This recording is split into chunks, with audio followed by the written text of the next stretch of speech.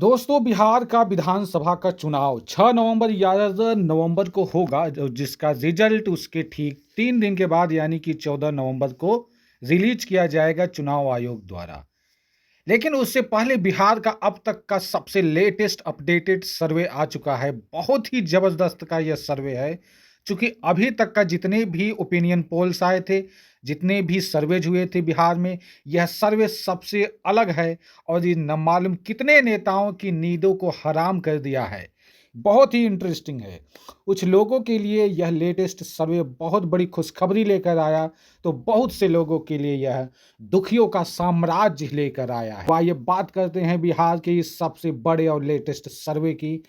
दोस्तों, सबसे पहले ये जानते हैं कि नीतीश कुमार की गवर्नमेंट से, नीतीश की सरकार से बिहार में कितने लोग खुश हैं और कितने लोग संतुष्ट हैं और कितने लोग बहुत ज्यादा संतुष्ट हैं। सबसे पहले कि नीतीश सरकार की कामकाज से राज्य के लगभग 40% लोग बहुत ज्यादा खुश हैं। जो इंफ्रास्ट्रक्चर को लेकर नीतीश और बीजेपी की गवर्नमेंट ने वहां पर किया है, इससे लोगों में बहुत ज्यादा संतुष्टि देखी जा रही है। तो 36% बिहारी ऐसे भी हैं जो कि नीतीश कुमार की सरकार से संतुष्ट हैं, यानी कि उनको लग रहा है कि नीतीश कुमार अच्छा काम कर सकते हैं।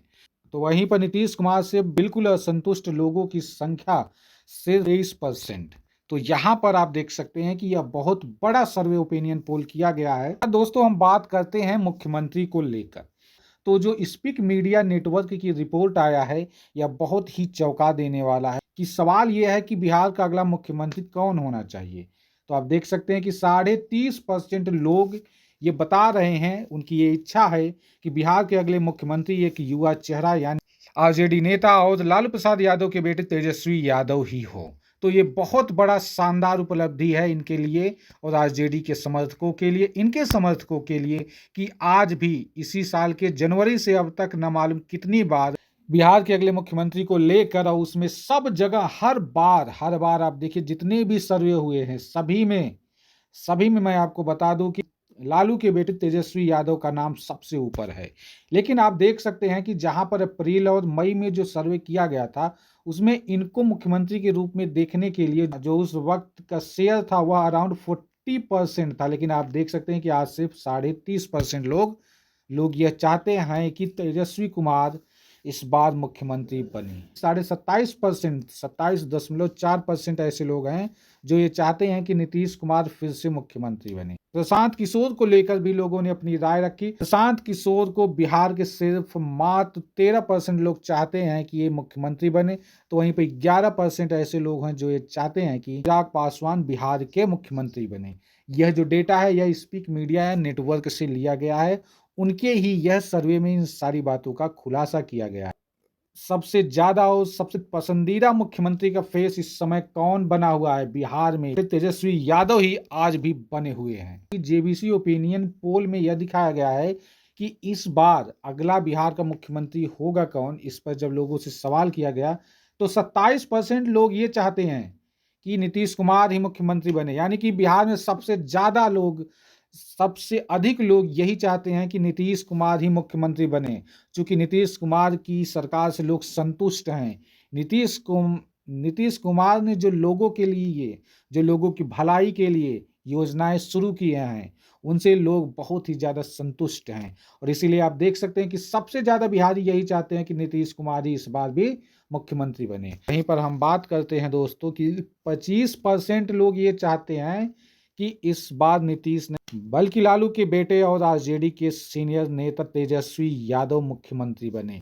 लेकिन जेबीसी की रिपोर्ट में आप लोग देख सकते हैं, जेबीसी की ओपिनियन पोल और यहाँ पे स्पीक मीडिया नेटवर्क के हिसाब से आप देखें कि इन दोनों को अगर एक साथ रख कर आप देखेंगे तो आपको मालूम होगा कि यहाँ पर नीतीश कुमार और तेजस्वी यादव दोनों को लेकर और बिहार के लोगों में एक उत्सुकता दिख रही है कि यहाँ पर इन दोनों के बीच अच्छी खासी टक्कर देखने को मिल रही है। बिहार में बहुत से ऐसे लोग हैं जो चाहते हैं कि नीतीश कुमार मुख्यमंत्री बने, लेकिन वहीं पर बहुत से ऐसे लोग हैं जो ये चाहते हैं कि इस बार नीतीश कुमार नहीं बल्कि तेजस्वी यादव ही मुख्यमंत्री बने। तो यहाँ पर आप देख सकते हैं कि मुख्यमंत्री के फेस को लेकर नीतीश कुमार और तेजस्वी यादव में जबरदस्त की फाइट हो रही है और दोनों एक दूसरे से आगे निकलने की होड़ में दिख रहे हैं। तो यहाँ पर आप देखिए कि कौन जीतेगा बिहार का चुनाव, क्या एनडीए की बनेगी सरकार या फिर महागठबंधन की होगी वापसी।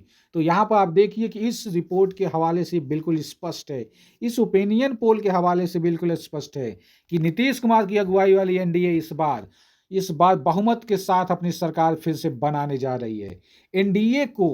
एनडीए को सपोर्ट करने वाले 52% लोग हैं, यानी कि बिहार की आधी जनता यह चाहती है कि इस बार भी एनडीए की ही सरकार बने, क्योंकि ज्यादातर लोग नीतीश सरकार की से संतुष्ट हैं या फिर बहुत संतुष्ट हैं। एनडीए की सरकार बने ऐसा चाहने वालों की आबादी 52% है, यानी कि आधे से भी ज्यादा आबादी है। तो वहीं पर सिर्फ 16% ही ये चाहते हैं कि महागठबंधन की सरकार बने, जबकि 52% लोग ये चाहते हैं कि एनडीए की सरकार बने। आपको मैं एक और रिपोर्ट दिखाता हूं। स्पीक मीडिया नेटवर्क का यह रिपोर्ट है कि यहाँ पर एनडीए को 158 सीटें मिल रही हैं, जबकि आप जानते हैं कि सरकार बनाने के लिए सिर्फ 122 सीटों की जरूरत होती है। तो इसका मतलब यह है कि एनडीए इस बार बहुमत के साथ सरकार बनाती हुई दिख रही है कि एनडीए 158 सीटें जीत सकती है। वहीं पर इसका वोट शेयर की बात करें तो 46% इसका वोट शेयर रहेगा। वहीं पर दोस्तों महागठबंधन के लिए बहुत ही बुरी खबर है, क्योंकि महागठबंधन को सिर्फ 66 यानी कि 66 सीटें ही नसीब हो रही है, जबकि उनका वोट शेयर आप देख सकते हैं कि यह एनडीए के लगभग बराबर है, जो कि 41% है। जहां पे एनडीए और महागठबंधन की वोट शेयर लगभग एक जैसे आपको भले ही दिख रहे हों, यानी कि इनके बीच जीत का अंतर जो है यह बहुत ही लेस है, बहुत ही लो है, बहुत ही कम है। इसका मतलब ये हुआ कि एनडीए जहां पे 158 सीटें जीत सकती है, तो वहीं पर महागठबंधन सिर्फ 66 सीटों पर सिमट रही है। जनसुराज एक भी सीट नहीं जीत पा रहे हैं कि उनका वोट शेयर जो है वह 8% है। वे बिहार के अंदर 8% लोग ये चाहते हैं कि जनसुराज की सरकार बने, लेकिन 46% ये चाहते हैं कि एनडीए की सरकार दोबारा से बने, और एनडीए को इस बार 158 सीटें मिल रही है। एआईएमआईएम यानी असदुद्दीन ओवैसी के ने उम्मीदवारों को भी यहाँ पर जीतने का इस बार भी नसीब हो रहा है। 2020 में आप जानते हैं कि असदुद्दीन ओवैसी के कुल 5 उम्मीदवार जीत गए थे सीमांचल से, और इस बार हालांकि वे फिर से यहाँ पर सीमांचल के ही क्षेत्र में कुल 4 सीटें जीतने में सफलता अर्जित कर रहे हैं। वहीं पर बीएसपी की बात करें तो बीएसपी भी 1 सीट जीत सकती है। तो यहाँ पर आप लोग बिल्कुल स्पष्ट देख सकते हैं कि स्पीक मीडिया नेटवर्क के हिसाब से इस बार भी नीतीश की सरकार बन रही है, यानी एनडीए की सरकार बन रही है। इसमें भी आप देख सकते हैं कि बिहार पर जो लेटेस्ट सर्वे आया है, एनडीए की यहाँ भी फुल मेजोरिटी के साथ सरकार बन रही है। एनडीए को 131 से लेकर 150 सीटें दी गई है, जबकि महागठबंधन को 81 से लेकर 103 सीटें ही मिल रही। दोस्तों, तो इस चुनाव में बीजेपी एक बार फिर से अपनी जीत को दोहरा रही है, जेडीयू अपनी जीत को दोहरा रही है, और कुल मिलाकर बोला जाए तो एनडीए जो है इस बार फिर से अपनी सरकार बनाती हुई दिख रही है। तो इस रिपोर्ट से सब कुछ स्पष्ट हो गया है कि चाहे लालू यादव, चाहे राहुल गांधी, इस बार भी एनडीए की ही सरकार बिहार में फिर से बन रही है, और इस बार भी महागठबंधन मोदी और नीतीश की इस जोड़ी को फेल करने में नाकाम साबित हो रहे हैं। तो दोस्तों, ये बड़ी ही दिलचस्प है कि एनडीए को 131 से 150 सीटें मिलती हुई दिख रही हैं, तो वहां पर महागठबंधन को 81 से लेकर 103 सीटें मिलती हुई दिख रही हैं। जबकि आप जानते हैं कि बिहार में सरकार बनाने के लिए जो आंकड़ा है वह 122 का है, यानी कि अगर देखो तो बीजेपी यानी कि अगुवाई वाली एनडीए जो है, वह एनडीए जो यह आंकड़ा है, जो यह जादुई आंकड़ा है, इससे बहुत ही ज़्यादा अच्छे नंबर में सीटें जीत रही है। तो इसका स्पष्ट है कि इस बार नीतीश की सरकार फिर से बनेगी। हालांकि क्या नीतीश कुमार मुख्यमंत्री रह पाएंगे या नहीं, ये बात तो आगे देखने वाली बात है। लेकिन दोस्तों, एनडीए को स्पीक मीडिया नेटवर्क के हिसाब से 158 सीटें जो आ रही हैं, बहुत ही ऐतिहासिक जीत होगी।